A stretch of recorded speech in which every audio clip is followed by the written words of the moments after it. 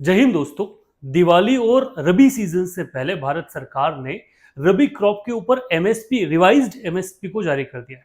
भारत सरकार का कहना है कि किसानों के लिए उनका एक बम्पर डिसीजन जो है वो है।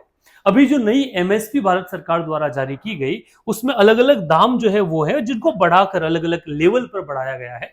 अगर उसमें बात की जाए तो व्हीट जो गेहूं एक बड़ा उत्पादन हमारे यहाँ पर होता है उसका एमएसपी जो पिछले साल अगर बात की जाए तो वो था 2275 रुपए। अगर अच्छा कॉस्ट की चर्चा की जाए उन्होंने क्या कॉस्ट मानी है भारत सरकार ने, तो भारत सरकार का मानना है कि पर क्विंटल जो लागत है वो 1182 रुपए आती है। उसकी बजाय वो एमएसपी दे रहे थे किसानों को 2275 रुपए।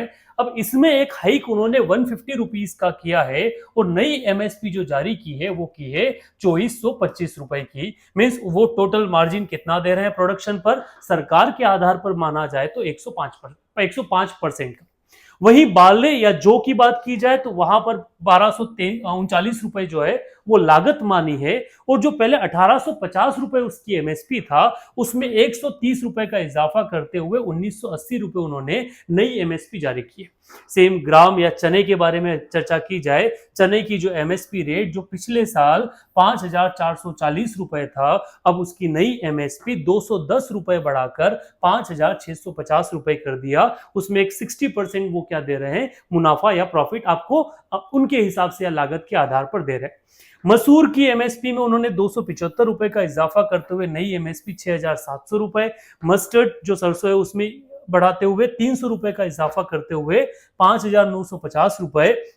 और सनफ्लावर जो कुसुम होता है उसमें 140 रुपए का इजाफा करते हुए 5940। ये नई एमएसपी दर भारत सरकार द्वारा जारी की गई। जैसा आप जानते हैं कि एमएसपी जो डिसाइड है, एमएसपी का जो निर्धारण है वो हर बार सीजन स्टार्ट होने से पहले ही किया जाता है और ये काम प्रधानमंत्री की चेयरमैनशिप में cabinet committee on economic affairs जिसे हम सीसीईए कहते हैं वो करती है। और ये किसके रिकमेंडेशन पे करती है, तो एक कमीशन हमारे यहाँ पर है जिसका नाम है the commission for agriculture cost and price, जिसे हम सीएसीपी कहते हैं।